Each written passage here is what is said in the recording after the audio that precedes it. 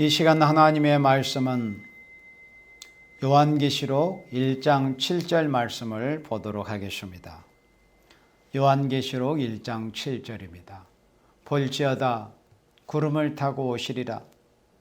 각인의 눈이 그를 보겠고 그를 찌른 자들도 볼 터이요 땅에 있는 모든 족속이 그를 인하여 애곡하리니 그러하리라. 아멘. 오늘 이 시간 여러분들에게 전하고자 하는 말씀은 공중 재림에서 지상 강림까지, 또 다른 제목은 휴거에서 천년 왕국까지 라는 제목으로 여러분들에게 말씀을 전하고자 합니다. 공중 재림에서 지상 강림까지. 오늘 이 말씀을 여러분들에게 전하는 것은 많은 하나님의 백성들이 또 교회들이 성경에 기록된 예수님의 공중 재림과 지상 강림, 그리고 예수님의 재림에 대해서 정확하게 구분을 하지를 못하고 있습니다. 공중 재림과 지상 강림을 구분을 하지를 못하고 혼돈을 많이 합니다. 그래서 예수님의 재림의 역사는 단순히 일회성의 공중 재림이 아니라, 공중 재림에서 끝이 아니라 공중 재림의 과정을 거쳐서 결국에는 예수님께서 지상에 강림하시기까지가 예수님의 재림의 역사다 하는 것을 오늘 말씀을 통해서, 성경에 기록된 성경 본문 말씀을 통해서 우리가 다 같이 살펴보는 시간을 갖도록 하겠습니다. 그래서 볼지어다 구름을 타고 오시리라. 예수님 재림하시는 모습을 구름을 타고 오신다고 성경에 기록된 곳이 한두 구절이 아닙니다. 이 말씀은 여러 번 전해 왔었고, 또 여러 방편으로 영상으로든지 우리 또 홈페이지를 통해서든지 아니면 글을 통해서든지 여러 경로로 전해진 말씀입니다. 선지자들이 예수님께서 이 땅에 오실 때 그 모습을, 구름을 타고 오시는 모습, 이사야 19장에서도 여호와께서 구름을 타고 애굽에 임하실 것, 그런 모습들이, 선지자들이 그렇게 예언한 말씀들이, 그런데 예수님이 재림하실 때 예수님은 구름을 타고 오신다는 것에 대한 예언적인 말씀입니다. 그러면 요한계시록 1장 7절에 볼지어다 구름을 타고 오시라. 왜 굳이 예수님께서 구름을 타고 오시느냐는 거죠. 예수님께서. 그리고 요한계시록 1장 7절과 또 요한계시록 19장 11절 이후의 말씀도 바로 분별을 못하더라고. 이렇게 여러 주의 종들이 강론하는 것을 이렇게 보면은 요한계시록 1장 상황과 계시록 19장 11절 이후의 상황이 같은 상황인지 다른 상황인지 이걸 구분들을 못해요. 성경에서 분명히 구분이 되어 있는데 예수님의 공중 재림과 또 지상 강림의 그 상황을, 그러면 예수님이 왜 여러 가지 모습으로 전능하신 신이신 성자 예수님께서 하나님의 영광으로 재림하시는 그때 여러 가지 방편과 모습으로 재림하실 수 있는데 왜 굳이 예수님께서 구름을 타고 오시는가? 구름을 타고 오신다는 것은 예수님이 구름을 승용차처럼 그렇게 거기에 앉아서 타고 오신다는 이런 의미가, 그것은 우리 개역에 그렇게 번역이 되어 있는 거고, 그 언어적인 의미는 예수님께서 이제 구름이 휩싸여서 오신다는 거죠. 구름과 함께, 영어의 with, 이 구름과 함께 이제 오시는 거. 예수님께서 구름이 휩싸여서 오신다는 이런 의미입니다. 그러면 왜 예수님께서 굳이 예수님이 구름을 타고 구름이 휩싸여서 오시느냐? 그건 너무나 당연한 거예요. 왜 그래요? 예수님께서 사도행전 1장 11절 말씀에 초림 메시아로 오셨던 성자 예수님께서 이 땅에서의 초림 메시아의 그 사역을 다 마치시고 올라가실 때가 된 거예요. 그때 예수님께서 제자들, 그리고 성경에 기록된 대로는 500여 명이 되는 그런 무리들 앞에서 예수님이 청천하셨다는 그런 기록이 성경에 분명히 있어요. 그러면 그런 500여 명의 그런 제자들이 보는 가운데서 예수님이 하늘로 올리우셨습니다. 그런데 그때 구름이 가리워서 이제 예수님이 더 이상 볼 수 없게 되는 그런 상황이 이제 보여져요. 그래서 이 제자들이 물끄러미 예수님이 하늘로 올라가신 그 구름 사이에서 예수님이 보이지 않을 때까지 예수님이 하늘로 승천하신 모습을 바라보고 있었어요. 그때 예수님의 좌우에 천사들이 나타났습니다. 그리고 이렇게 증가합니다. 갈릴리 사람들아, 어찌하여 하늘을 쳐다보고 있느냐? 너희 가운데서 올리우신 이 예수님은 하늘로 가심을 본 그대로 오시리라. 그때 당시 500여 명의 무리들이, 성도들이 예수님이 가신 모습을 보았잖아요. 그러면 예수님이 올라가실 때 영적으로 올라가신 겁니까? 아니면 비유적으로 올라가신가? 상징적으로 올라가신 겁니까? 실제로 예수님이 부활하신 그 몸이, 그 육체 그대로 예수님이 올라가신 거예요. 예수님의 그 부활하신 몸으로 생선도 잡수실 수 있고 식물도 잡술 수 있는 그런 육체를 가진 그런 몸으로 예수님이 올라가셨습니다. 그러니까 비유나 상징이나 영적인 게 아니요, 실제로 예수님이 부활하신 몸이 올라가셨단 말이죠. 구름이 가려 보이지 않는 그런 상황까지. 그때 천사들을 보내서 증거하셨습니다. 너희들이 본 그대로 오실 거다.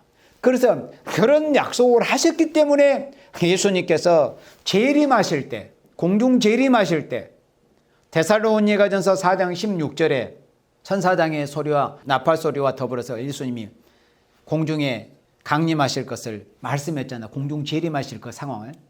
그때 주 안에서 죽은 자들이 부활하는 첫째 부활이 있을 것이며, 그리고 우리 살아남아 있는 자들도 변화돼서 들림을 받는다, 휴거하는 그런 일이 있을 것을 말씀을 한 겁니다.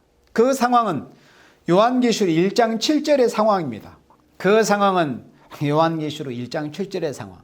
그래서 예수님께서 구름을 타고 오시는 것은 예수님이 부활 승천하신 그때 두 천사를 통해서 분명히 약속을 남기셨기 때문에 그런 모습으로 오시는 것이며, 또 이사야 선지나 다니엘 선지자가 예수님께서 구름을 타고 오실 것에 대한 그런 모습을 선지자들을 통해서 예언하셨고, 예수님께서도 그리고 신문을 받으실 때 제사장, 소위 말해서 자칭 제사장이라는 그런 자들 앞에서 예수님이 신문을 당하실 때 인자가 하늘 구름을 타고 오는 것을 너희가 볼 것이다.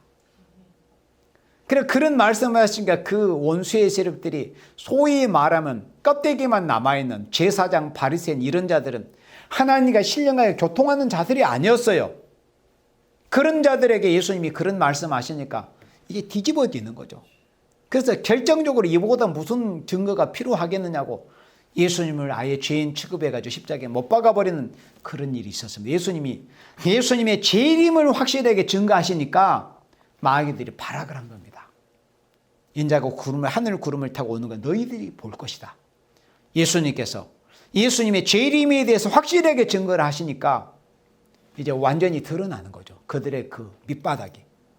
그들이 하나님께 속한 자들인가, 예수님께 속한 자들인가, 아닌가, 한낱 종교인에 불과한 것인가, 탐욕을 쫓아가는 종교인들에 불과한 것인가, 정말 하나님을 섬기는 참된 제사장들인가 하는 것이 거기서 드러난 겁니다. 이 마지막 때도 마찬가지입니다. 예수님에 대해서 바로 증거할 때 듣는 자들에게서 모든 성향이 다 드러납니다. 예수님에 대해서, 예수님의 재림을 바로 증거하게 될 때, 예수님의 공중 재림과 지상 강림을 바로 증거하게 될 때 듣는 이들이 하나님께 속한 자들, 진리에 속한 자들, 예수님의 재림을 영접할 자들, 그렇지 않냐고 찌른 자들에 해당이 될, 오늘 여기 요한계시록 1장 7절에 그를 찌른 자들도 볼터요 하는 것은 예수님의 재림의 진리를 대적하는 자들을 말씀한 겁니다. 다 이제 성향이 드러납니다. 예수님의 재림에 대해서 바로 증거하게 될 때. 그리고 요한계시록 1장 7절에 구름을 타고 오시는 그때 어떤 일이 있게 되느냐. 오늘 제목이 뭐라고 그랬어요? 휴거에서 천년의 왕국까지, 그리고 공중 재림에서 지상 강림까지라고 그랬어요. 그래서 공중 재림과 지상 강림의 그 어간에는 대략 3년 반 이상의 그 기간이 있습니다. 최소 3년 반 이상.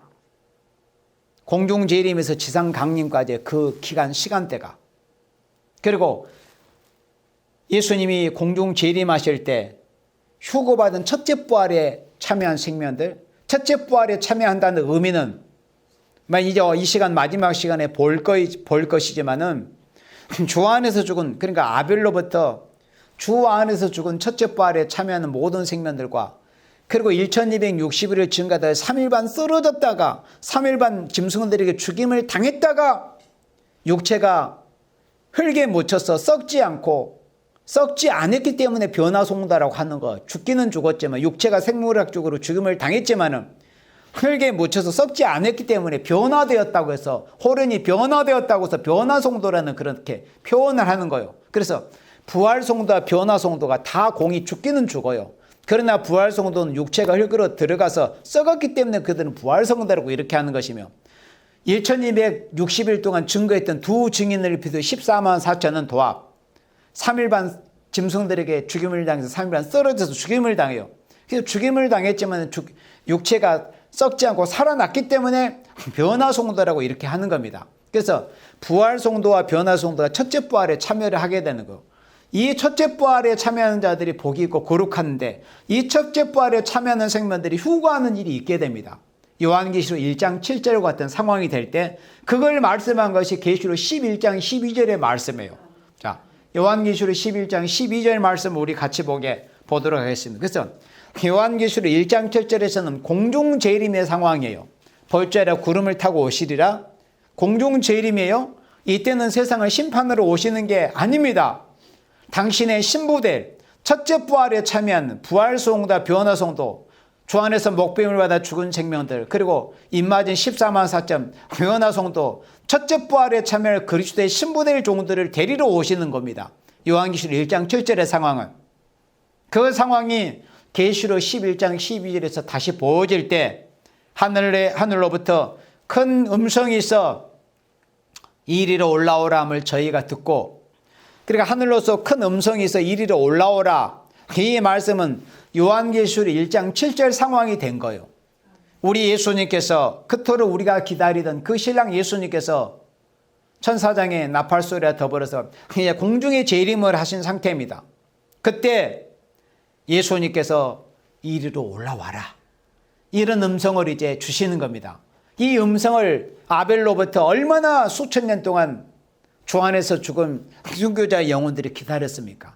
이 예수님의 음성이 들려지기를, 드디어 이제 그 음성이 들려지는 거예요. 예수님께서 공중에 재림하셔서 하늘로부터 큰 음성이 있어 이리로 올라오라 함을 저희가 듣고, 저희가 누구냐면은 부활송도와 변화송도인데, 여기 계시록 11장 12절에서는 첫째 부활에 참여 주 안에서 죽임을 당한 아벨로부터 그 순교자들의 모습은 보여지지 않아서, 왜 그러냐면 계시록 11장 1절 이후에 이 진행되는 상황이 변화송도를 중심해서 1260일 동안 전 3년 반 동안에 증가하는 그 상황을 쭉 이렇게 보여주는 그런 상황이다 보니까, 아벨로부터 주 안에서 죽은 그 첫째 부활에 참여한 생명들은 여기에 보여지지 않고 일단 변화송도를 중심해서 보여준 계시이다 보니까, 여기 계시록 11장 12절에서는 데살로니가전서 4장 16절에 그 상황이 기록되지는 않는 거예요. 그러나 성경을 다 이렇게 종합을 해보면은 이때 상황에서 데살로니가전서 4장 16절 상황이 이제 진행이 되는 거예요. 그리고 4장 17절, 그러니까 여기 계시록 11장 12절의 상황은 데살로니가전서 4장 17절에 해당되는 상황입니다. 우리 살아남아있는 자들도 들림을 받는다는 그 말씀. 그래서 하늘로부터 큰 음성이 있어 이리로 올라오라 함을 저희가 듣고, 예수님께서 공중 재림하셔서, 공중 재림하시는 거 이거는 지상 강림하시는 상황이 아니라고 그랬어요. 공중에 재림하셔서 이리로 올라오라. 그 음성을 누가 듣느냐? 3일 반 쓰러졌던 변화송도 14만 천이 듣습니다. 그리고 또 누가 그 직전에 듣었어요? 그와 함께 부활송도가 그 음성을 같이 들었던 거예요. 그래서 부활송도가 먼저 일어난다고 그랬어요. 먼저 일어나고, 그리고 3일 반 쓰러졌던 14만 4천이 함께 이제 일어납니다. 그래서 이리로 올라오라는 음성을 저희가 듣고 구름을 타고 하늘로 올라간, 여기서 다시 구름을 타고 하늘로 올라간다고 그랬어요. 그래서 요한계시록 1장 7절에 구름을 타고 이 말씀과 여기서 저희가 듣고 구름을 타고 하늘로 올라가는 말씀은 같은 말씀이에요. 구름을 탄다는 것은 실제로 뭐 구름이 승용차처럼 비행기를 타고 올라가는 의미가 아니라고 그랬어요. 구름과 함께 구름에 휩싸여서 올라간다는 거예요. 하늘로 구름 사이로. 예수님이 공중에 재림에 계시니까. 그래서 구름을 타고 하늘로 올라가니 첫째 부활에 참여하는 생명들입니다. 여기 계시록 11장은 첫째 부활에 참여하는 종들을 말씀한 게 아니고 1260일 동안 살아서 두 증인으로 14만 4천으로 1260일 동안 증거했던 그런 사명을 했던 종들을 중심해서 보여준 계시다 보니까 이들에 대해서 지금 예수님이 말씀하신 것으로 보여지는 겁니다. 그래서 구름을 타고 하늘로 올라가니 저희 원수들도 구경하더라. 그러니까 두 증인 안에 14만 4천이 다 포함이 된 수라고 그랬습니다. 두 증인은 이미 죽어버린 사람은 절대 해당이 안 된다고 그랬어요. 전 3년 반에 살아서 증거할 종들만이 두 증인에 해당이 되는 겁니다. 그러니까 어떤 죽어버린 사람이 두 증이라고 하는 사람은 그 아예 진리 자체가 근본이 틀린 거예요. 그리고 앞으로 소망이 없는 사람들입니다. 앞으로 전 3년 반에 두 증이 일어나서 역사할 것에 대한 아무런 소망이 없는 사람들이에요. 이미 그 일이 끝나버렸다고 생각을 하면 반드시 두 증인은 살아있는 종들 중에서 입맞은 종들이 가장 먼저 나온 두 증인이 이제 14만 4천에 인을 치는 그런 역사의 쓰임을 받게 되는 겁니다. 이렇게 해서 두 증인 14만 4천 1260일 동안 증거를 합니다. 그리고 1260일 동안의 그 증거의 기간이 다 끝나고 나면은 증거를 마침에 무정에게서 올라온 그 짐승에게 죽임을 당하는 이런 상황이 이제 발생을 하게 됩니다.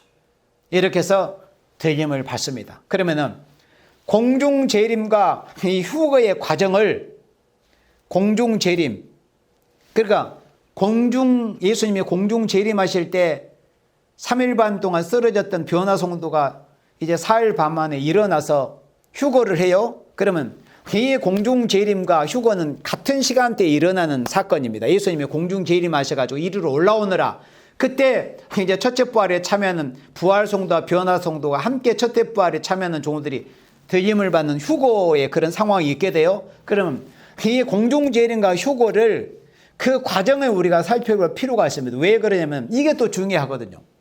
이게 잘못돼 버리면은 시한부 종말론에 빠져버릴 수가 있습니다. 그러면 언제 예수님께서 공중 재림이 계시고 언제 예수님이 공중 재림이 있을 때 휴거가 있게 되느냐 하는 것을 순수하게 성경 본문에서 그 과정을 우리가 볼 수 있습니다. 그러면 공중 재림과 이 휴거의 과정을 어렵지 않게 요한계시록 7장 2절로부터 우리가 볼 수 있어요. 그러니까 인치는 역사의 시점부터 이제 그 순서를 우리가 추적할 수가 있습니다. 살펴볼 수가 있다는 거죠.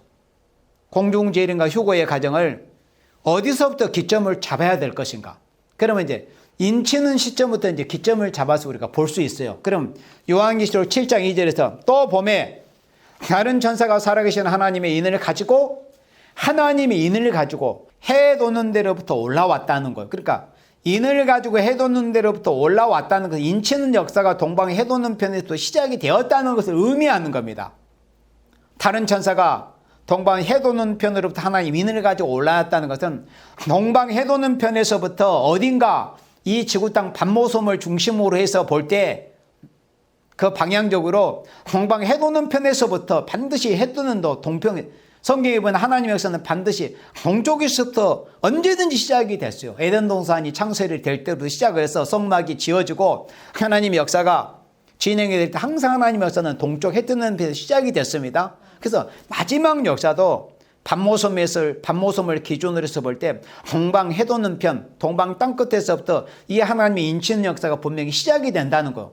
그 역사의 그 장소, 그 시점을 보면은 그래서 해 도는 편에서부터 올라와서 땅과 바다를 해롭게 할 권세를 얻은 네 천사랑을 큰 소리로 외쳐.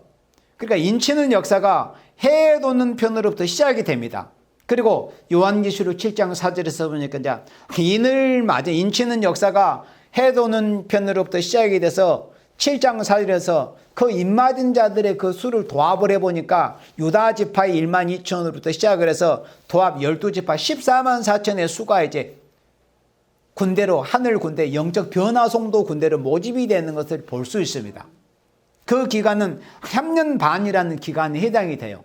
오늘 어떤 신천이나 이런 집단들은 도대체 언제부터 14만 4천을 모은다고 그랬잖아요. 그리고 어떤 왕국회관이나 이런 집단도 수십 년 전부터, 아마 그들은 100년 전부터 100년 이상 됐어요.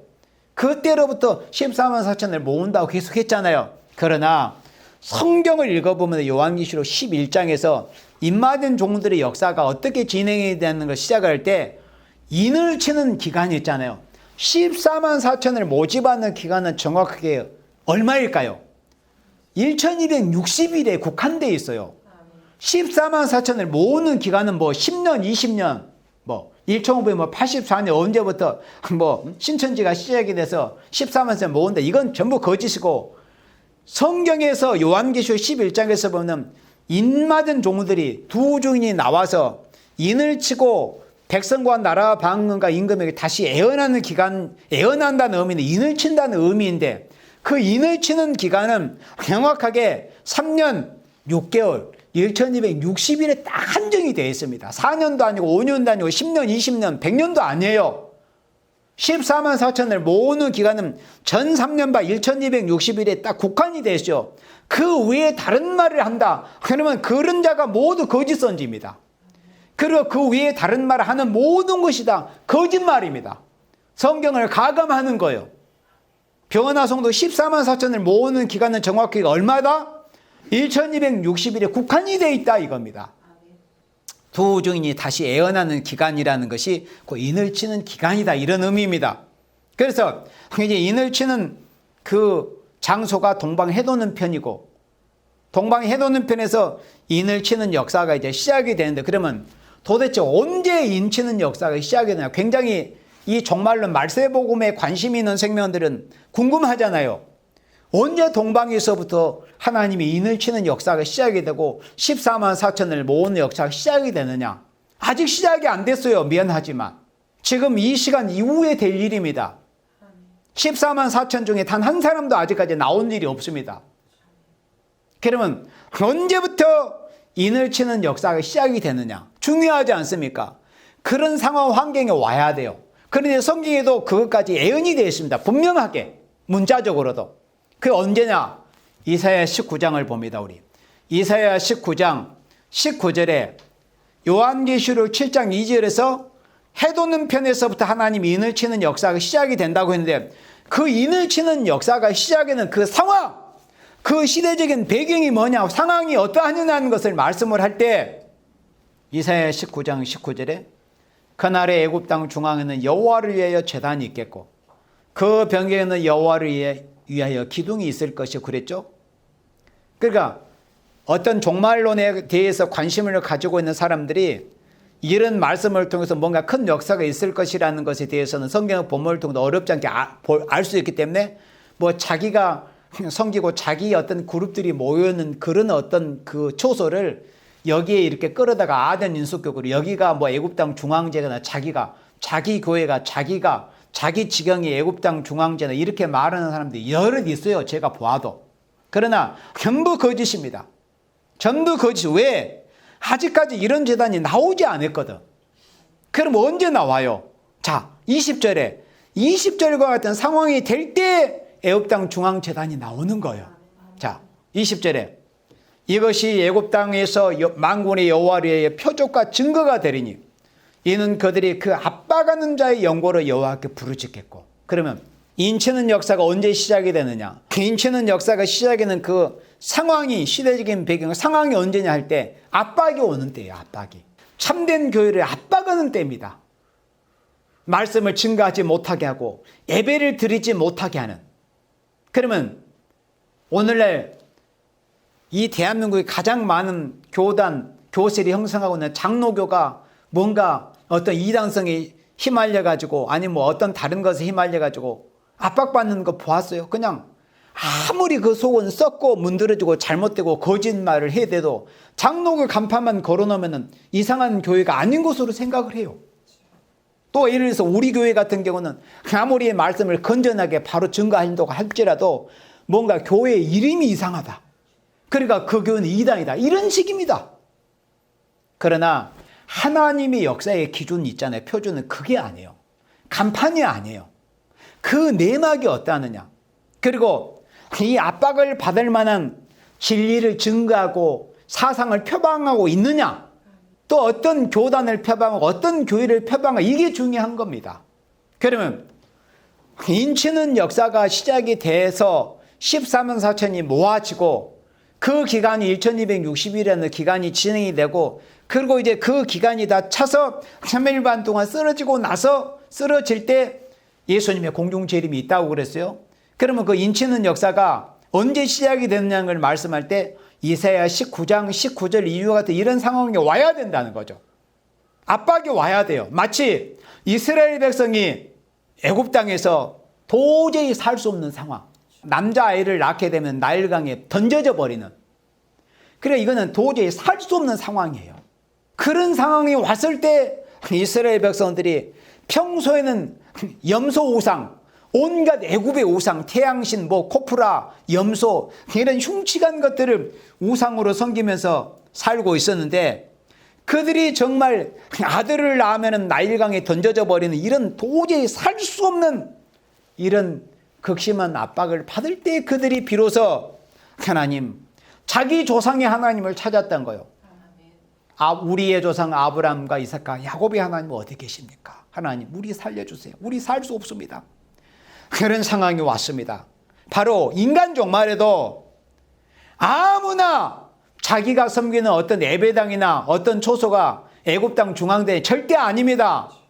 그리고 그런 종들은 소위 성경 말씀에서 순이라 이름하는 자는 절대 나오지 않았어요. 이런 과정을 거쳐서 나오게 되는 겁니다.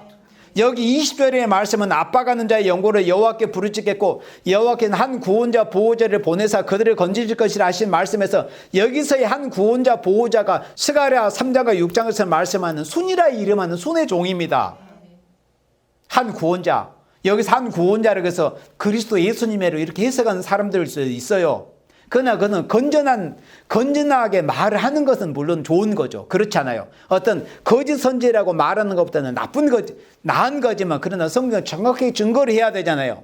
그래서 사사기 성경에서 이스라엘 백성이 압박을 받을 때 온니엘이나 이런 사사들을 보내서 구원하실 때 하나님 구원자라는 표현을 써서 그러나 그들이 창조주 성삼위 성부 성자 성령 성삼위 중에 하나이신 분이 아니고 인생을 하나님이 들어쓰셔가지고 당신의 압박받는 백성을 구출하는데 구원에 쓰시는 그런 구원자는 의미입니다.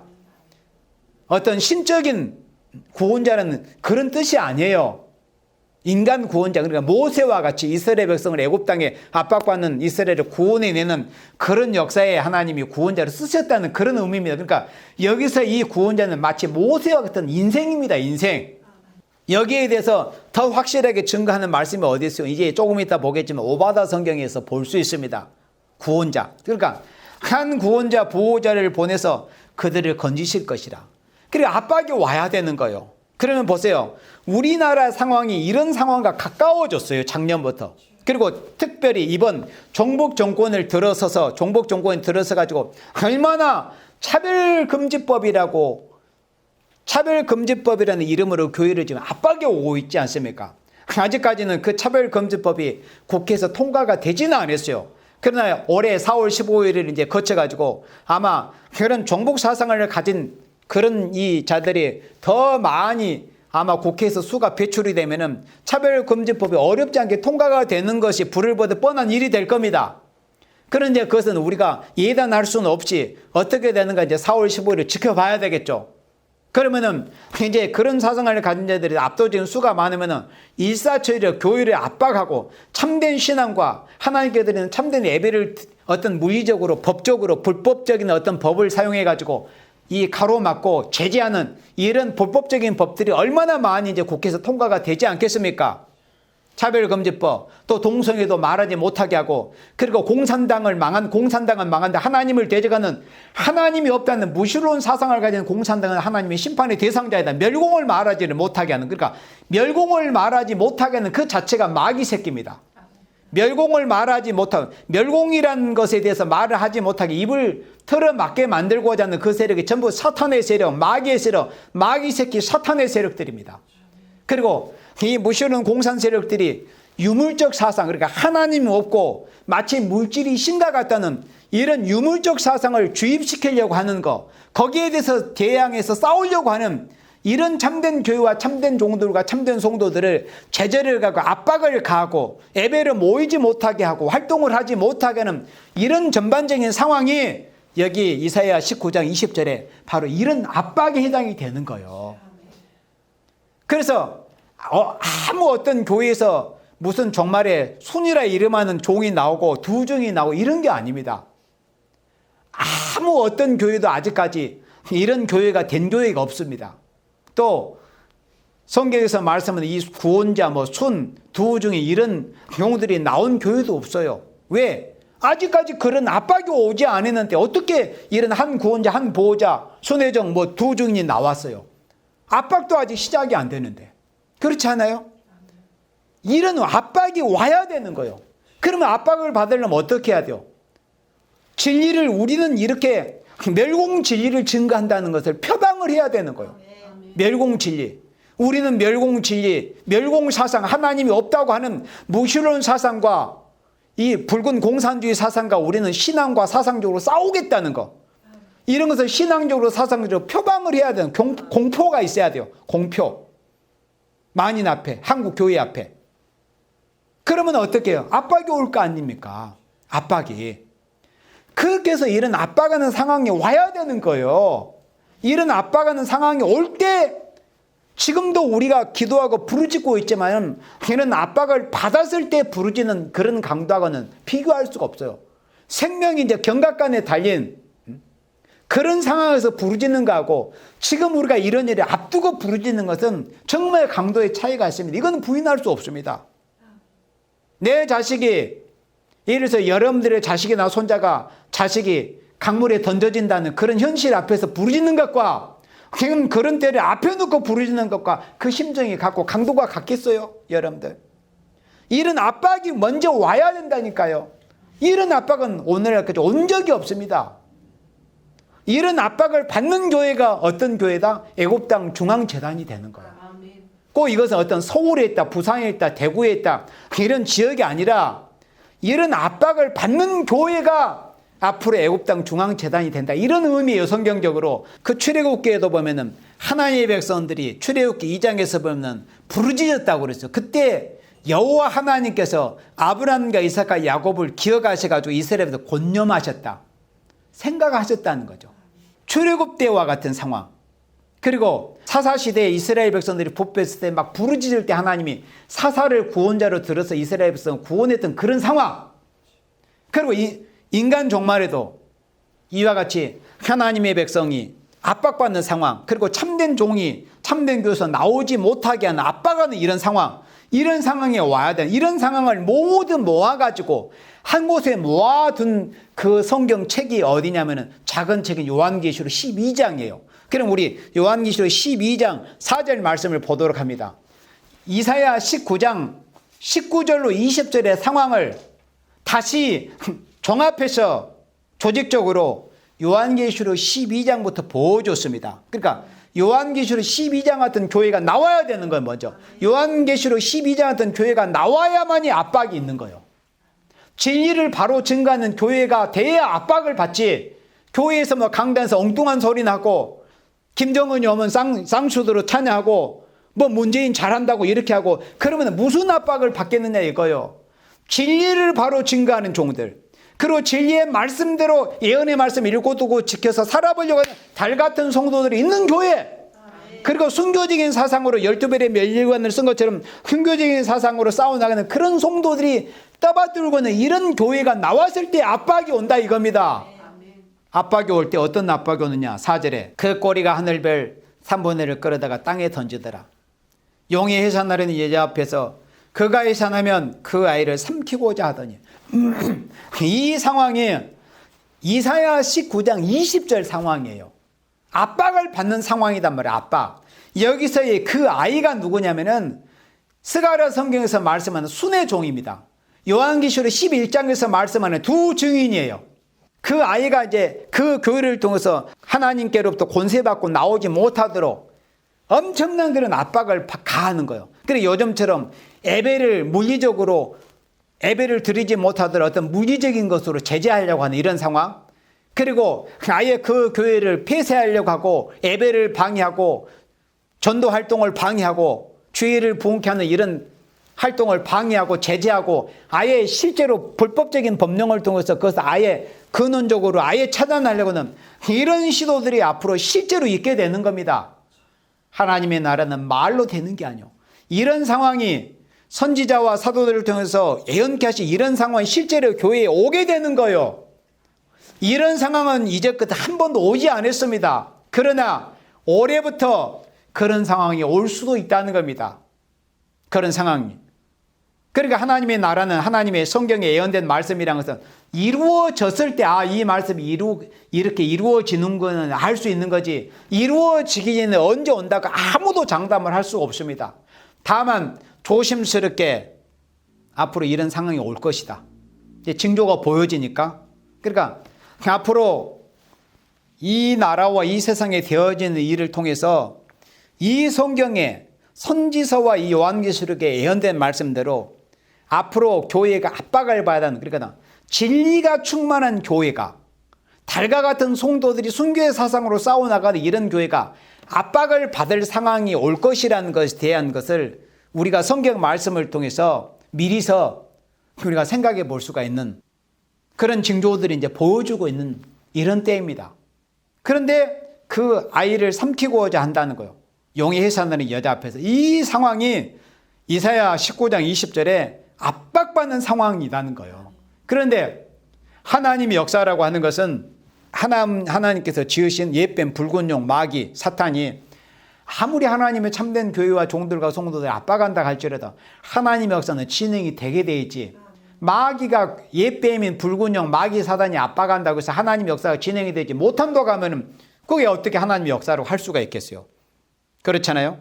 그래서 하나님께서 이렇게 참된 교회, 진리가 충만한 달 같은 성도들이 순교적인 사상으로 섬기고 있는 교회를 압박하는 이런 상황이 오게 할지라도 하나님께서는 하나님의 역사를 진행케 하셔서 그 교회에서 철장으로 만국을 다스릴 남자아이, 그러니까 한 구원자, 한 보호자, 손의 종을 두 중에는 하나님께서 그 교회에서 나오게 하신다는 겁니다.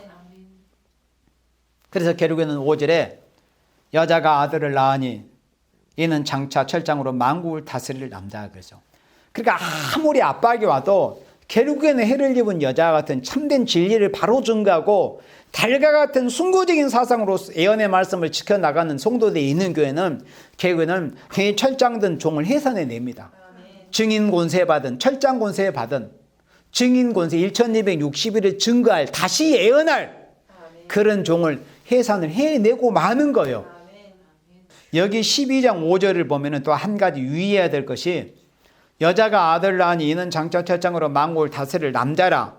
여기에서 그러니까 12장 5절은 이제 한 구절로 전체를 다 보여준 말씀이지만은 우리는 요한계시록과 선지서를 전체적으로 알고 있는 입장에서 보면은 장차 철장으로 만국을 다스릴 남자라. 이 말씀과 그 다음에 그 아이를 하나님 아까 그 보좌 앞으로 올려가더라. 이 어간에 그러니까 다스릴 남자라. 딱 여기하고 그 아이들을 하나님 아까 그 보좌 앞으로 올려가더라. 이 어간 이 사이에는 계시록 11장의 과정이 포함이 되어 있어요. 그러니까 철장된 이 남자 종이 철장 권세종, 그러니까 이것은 꼭 성적으로 남성 여성을 말씀한 게 아니라고 그랬어요. 장부의 신앙을 가진 종들이라 이런 뜻입니다. 여종이라도 장부의 신앙을 가진 종이라면 철장 권세 받은 종이 해당이 되는 거예요. 그렇게 강의에 돼 있어요. 장부의 신앙을 가졌다는 거지 무슨 남자만 이런 권세를 받는 이런 뜻이 아닙니다. 여종이라도 얼마나 장부의 신앙을 가진 남종보다 훨씬 나은 종들이 얼마나 많잖아요. 그러니까 철장으로 만국을 다스릴 남자라. 그 아이를 하나님 아까 그 보좌에 올려간다는 이거 휴거의 상황입니다. 그래서 계시록 12장 5절의 이 상황, 하나님 아빠 그 보좌 앞으로 올려가더라. 이 상황이 계시록 1장의 예수님의 공중 재림 때 상황이며 또 계시록 11장 12절에서 사흘 반 동안 쓰러졌다가 예수님의 공중 재림에서 이리로 올라오라. 이런 음성으로 말씀을 하신 그 음성을 듣고 3일 반 동안 쓰러지던 두 중인 14만 4천이 계시록 12장 5절에서 철장권세 아들이 낳았는데 이 아들의 수에는 두 중인도 포함이 되고 14만 4천이 다 포함이 된 수네요. 그런데 여기서 계시록 12장 5절에서는 철장으로 만국을 다스릴 한 남자아이를만 계시를 보여줬기 때문에 이제 이렇게 보여준 건데, 계시록 11장과 종합해 보면은 이 아이, 한 아이 안에는 정확하게 두 중인가 14만 4천 수가 다 포함이 되어 있어요. 그 보호자 앞으로 올라간다는 의미가 휴거받는다는 의미입니다. 그래서 일단 해를 입은 여자가 압박을 당해요. 압박을 당하니까 그런 이 극심한 압박과 이 핍박을 받은 그런 상황에서 생명을 걸고 부르짖는, 해산의 수고를 해서 부르짖는 이런 상황이 와요. 그래서 결국에는 이 철장등 권세종을 해산해 냅니다. 그러면 해산해 내자마자 바로 하늘로 들림받아 휴거하는 게 아니고 1260일 동안 인치는 역사를 하고 다시 예언하는, 그런 전 3년 반 동안 세계적으로 다시 예언하는 이런 역사를 하게 됩니다. 그 과정을 통해서, 그 과정 1260일에 다시 예언하는 그 증거 기간이 끝나고 나면은 3일 반 쓰러졌다가 예수님이 계시록 1장 7절에 구름을 타고 오셔서 이리로 올라오라는 계시록 11장 12절의 상황 때 이제 하늘로 보좌 앞으로 올라가더라, 이런 상황이 된다는 겁니다. 그러니까는 계시록 11장의 과정이 포함이 돼 있다 하는 겁니다. 그러면 이제 나머지 그 인마전, 그러니까 하나님 앞에 계시록 14장 4절 5절 말씀에 그 자격 요건이 부합이 돼서 하나님의 인을 맞은 종들 14만 4천 외에는 나머지 초대 교회, 계시록 12장 같은 그 교회 안에는 참된 성도들이 있을 거 아니요? 그런 성도들이 어떻게 되느냐 할 때 6절에서, 자 6절 봅니다. 12장 6절에 그 여자가 광야로 도망하며, 그 여자, 그 철장든 종을 해산해 냈던, 열심히 압박을 받는 가운데서도 낙심하지 않고 이 원수의 세력들을 굴복하지 않고 부르짖어서 철장든 이 권세종을 해산했던 그 초대 교회는, 해를 입은 교회는 광야로 도망하며 거기서 1260일 동안, 그러니까 이거는 전 3년 반이요 후 3년 반, 한 일회를 절반으로 나눠서 전 3년 반 기간으로 다시 예언하는 기간, 그리고 다시 예언하는 기간이 지나고 나면 이제 이 세상에 큰 표를 받을 수밖에 없는 큰 환란이 와요. 42달 후 3년 반, 짐승이 통치하는 그 환란이 올 때 후 3년 반 1260일 동안 하나님이 그 해를 입은 여자 같은 교회를 1260일 동안 저를 양육하기 위하여 하나님이 예비하신 곳이 있더라. 그리고 후 3년 반 또 하나님께서 하나님이 예비하시는 그 예비처에 이 해를 입은 여자 같은 이 초대교회를 보호하시는 이런 역사가 있다는 겁니다. 그리고 그렇다면은 예언의 말씀을 읽고 듣고 지키지 않은, 그러니까 계시록 12장 같은 해를 입은 여자와 같은 교회에 해당되지 않는 교회, 나머지 교회 아닙니까? 그러니까 우리가 이제 바벨 교회라고 많이 표현을 하죠. 계시록 17장에서. 그럼 예언의 말씀을 지키지 않음으로 보호받지 못한 바벨 교회는 어떻게 되느냐? 이게 13장이죠. 계시록 13장에서 4절부터 봅니다.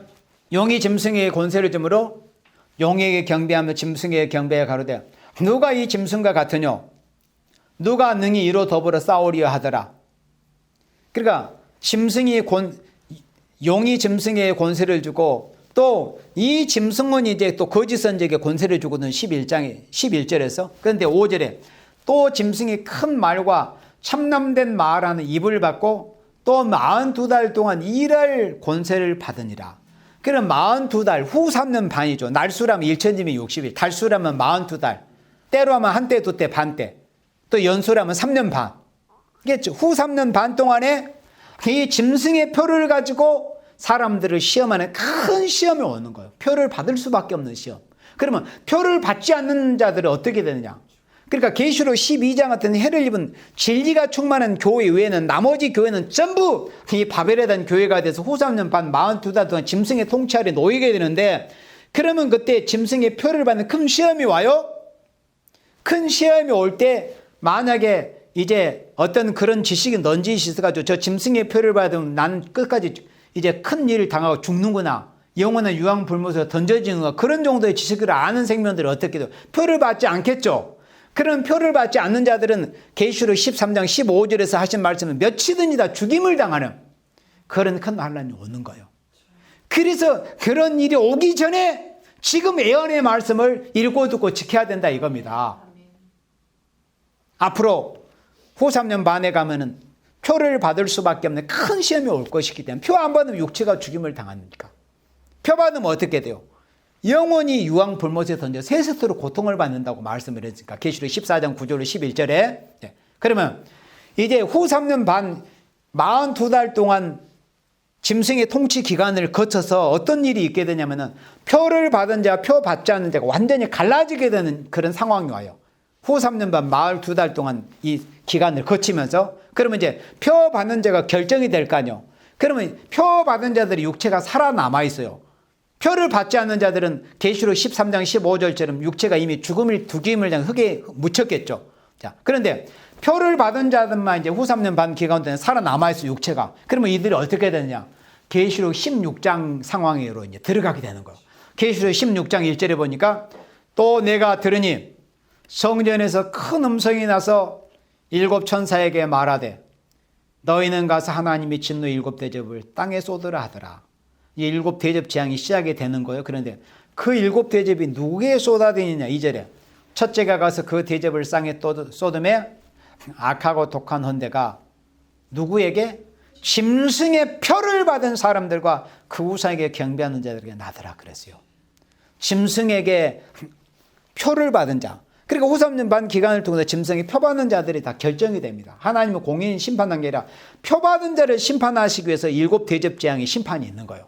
자, 그리고 이제 이 첫째 대접이 2절부터 시작이 됩니다. 그래서 둘째, 셋째, 넷째, 다섯째, 여섯째까지 이제 대접이 쏟아집니다. 여섯째 대접이 쏟아지니까 유보라드 강에 말라가지고 동방에서 오는 왕들이 이제 모여드는, 유보라드들은 모여드는 그런 상황이 있어요. 자, 14절에 봅니다. 저희는 귀신의 영이라. 그러니까 이 붉은 용과 짐승과 거짓 선지자의 입에서 더러운 귀신의 영이 나와가지고 저희는 귀신의 영이라. 이적을 행하여 온 천하 임금들이 가서 하나님과 전능하신 이의 큰 날의 전쟁을 위하여. 이 큰 날의 전쟁은 여기 16절에서 아마겟돈입니다. 아마겟돈은 문자적인 의미는 무기토의 골짜기는 의미고 영적으로는 선과 악이 최후의 결전을 벌인다는 이런 의미입니다. 그래서 전능하신 이의 큰 날의 전쟁을 위하여 그들을 모으더라. 아마겟돈으로 모으는 거예요. 자, 그리고 나서 15절에 보라 내가 도적같이 오리니. 자, 여기에서 이제 예수님의 지상 강림이 있게 돼요. 7 대접이 쏟아지는 그런 와중에서, 그러니까 요한계시록 1장 7절에서는 이 세상을 그때 공중지리며 심판하신 것이 아니었어요. 다만 당신의 신부들을 데리러 오셨던 거예요. 첫째 부활에 참여하는 부활성도와 변화성도, 목배임을 받은 부활성도와 14만 사자 입맞은 종들을 데리러 오시는 때가 계시록 1장 7절의 상황, 또 계시록 11장 12절의 상황이었습니다. 그리고 계시록 12장 5절 상황이었어요. 그러나 여기 계시록 16장 15절에 이제 표 받은 자와 안 받는 자가 완전히 결정이 됐어요. 그러면 표 받은 자들은 이제 다 하나님의 진노 재앙을 받을 자면 이 땅에서 육체가 살아 있어요. 그때 보라 내 자가 도적같이 오리니 누구든지 자기 옷을 지켜 벌거벗고 다니지 않으며 자기의 부끄러움을 보이지 않은 자가 복이 있도다. 그러니까 이 말씀 그때 준비하라는 뜻이 아니고 이런 예수님의 지상 강림과 심판이 있을 것이기 때문에 바로 지금 오늘이란 날에 벌거벗고 다니지 말고 예수님께서 아시아 7개의 사도교회에게 하신 말씀처럼 흰 옷을 입고 예수님과 동행하는 생활을 하고 라오디가 교회에 대해서 네가 벌거벗은 수치를 보이지 말고 네 옷을 입고 하나님 앞에 거룩과 냉실 세마포, 계시록 19장에 희고 깨끗한 세마포를 예수님의 그리스도의 신부들이 입었는데 그 희고 깨끗한 세마포를 입었다는 의미가 뭐라고 그랬어요? 이것은 성도들의 옳은 행실이다. 성도로서 성도다운 신앙생활을 했던 생명들이 희고 깨끗한 세마포 옷, 예수님의 신부가 된다는 이런 의미입니다. 그런데 여기 계시록 16장 15절에서 이제 예수님께서 도적같이 오신다. 7 대접이 쏟아지는 그런 와중에서 이제 마지막 대접, 최후의 7 대접 재앙만 이제 남겨놓고 있는 상황입니다. 아마겟돈 전쟁만. 자, 16절에 새 영이 히브리음으로, 새 영은 붉은 영과 짐승과 거짓 선지자의 입에서는 그 귀신의 영입니다. 새 영이 히브리음으로 아마겟돈이라는 곳으로 왕들을 모으더라. 아마겟돈. 그래 히브리음으로 아마겟돈이라요. 최후의 심판이 있는, 선과 악이 최후의 결전을 벌이는 이런 아마겟돈이라는 곳으로 왕들을 모으는 거. 왜 그럴까요? 예수님의 재림하신 예수님과 하늘 군대, 계시록 19장 11절에 의해 보라, 백마탄 자가 보이는데 그 이름이 충성과 진실이고 그 백마탄신 충성과 진실은 재림하신 심판 주님의 뒤를 따라서 수많은 백마탄 하늘 군대가 따르는데 그 하늘 군대 숫자가 14만 4천 명입니다. 그래서 그 상황은 계시록 1장 7절에 공중 재림과 다른 상황이에요. 계시록 19장은 지상 강림, 이 세상을 7 대접으로 심판하실 때 아마겟돈 전쟁으로 이 세상의 짐승의 세력을 다 불로 태워버리기 위해서 지상 강림하실 때 상황을 말씀한 것이 계시록 19장 12절의 이후의 상황이다 이겁니다. 그래서 아마겟돈으로 모은다.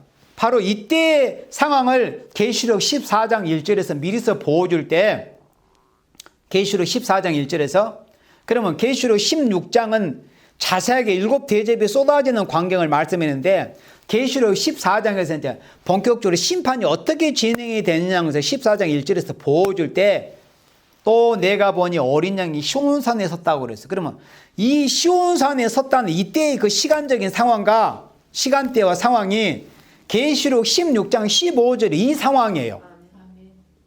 7 대접장으로 아마겟돈 전쟁으로 이 세상을 심판하시기 위해서 예수님께서 계시록 14장 1절에서 어린 양이 시온산에 섰는 거예요. 근데 예수님 당신 어린 양 대신 예수님이 한 분만 혼자 지상에 시온산에 강림하신 게 아니고 그와 함께 14만 4천이 섰다고 그랬습니다. 이때 상황이 계시록 16장 15절에 아마겟돈 전쟁으로 이 세상의 붉은 군대를 짐승의 군대를 심판해버리기 위해서 예수님과 14만 4천이 시온산에 강림을 했다는 겁니다. 그런데 그 이마에 어린 양의 이름, 14만 4천의 이마에는 어린 양 예수님의 이름이 새겨져 있다는 거예요. 그리고 우리가 예수 믿는 사람은 지금 다 여러분들이 영적으로 예수님의 이름이 이마에 새겨져 있어요. 그런데 여기 보니까 어린 양의 이름만 새겨진 것이 아니라 아버지 이름도 새겨졌다고 그랬어요. 그러니까 하나님인 계시록 7장 2절에 하나님이 인을 말씀했는데 그 아버지의 이름이 새겨졌던 의미가 하나님이 인을 받았다는 이런 의미입니다. 하나님이 심판권을 받았다는 거예요. 어린 양은 속죄의 이름이고 예수님의 이름을 우리가 믿으면 속죄를 받잖아요. 죄를 사함받잖아요. 그런데 거기다가 하나님이 인을 만든다는데 심판권까지 받는다는 의미를 말씀해서 아버지의 이름이 새겨진 것이 있다 이렇게 말씀한 겁니다. 이 상황을 또 이제 오바다 선지를 통해서 말씀할 때 오바다 선지자를 통해서 21절에 우리 구약성경 오바다 1장 21절에 보면은 구원자들이 시온산에 올라왔다.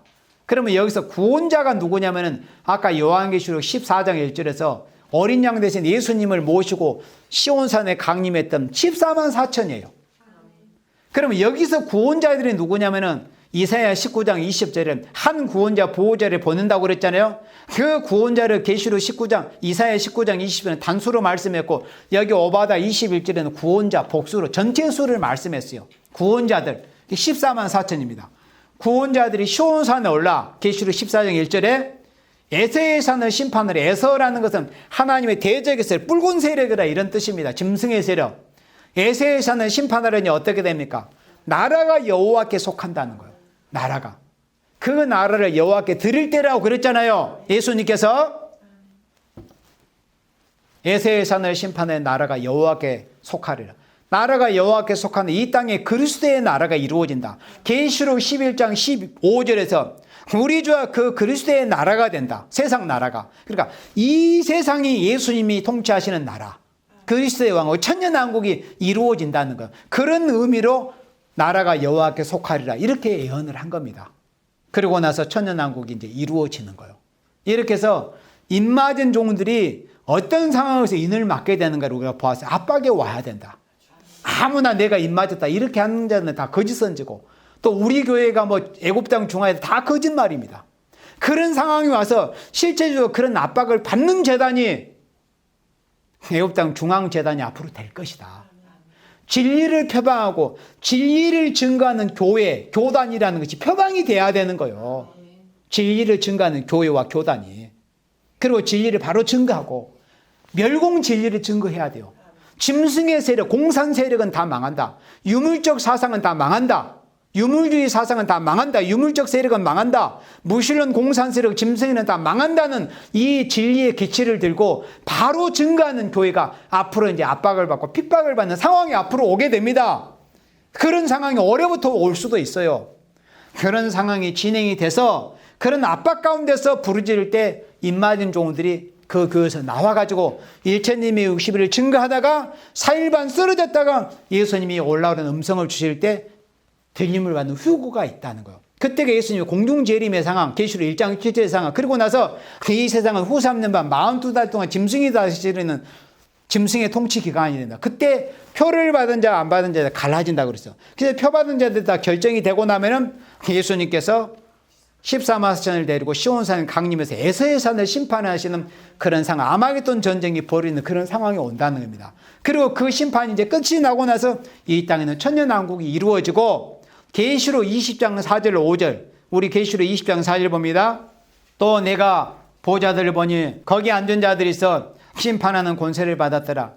또 내가 보니 예수의 증과 하나님의 말씀을 인하여 목배임을 받은 자의 영혼들과 또 짐승과 그의 우상에게 경배하지도 아니하고 이마와 손에 그의 표를 받지도 아니한 자들이 살아서, 그래 이것은 살아서라는 것은 죽지 않는 상태를 말씀한 게 아니고 이미 죽어 있다가 살아난다는 의미예요. 이 언어적인 의미는.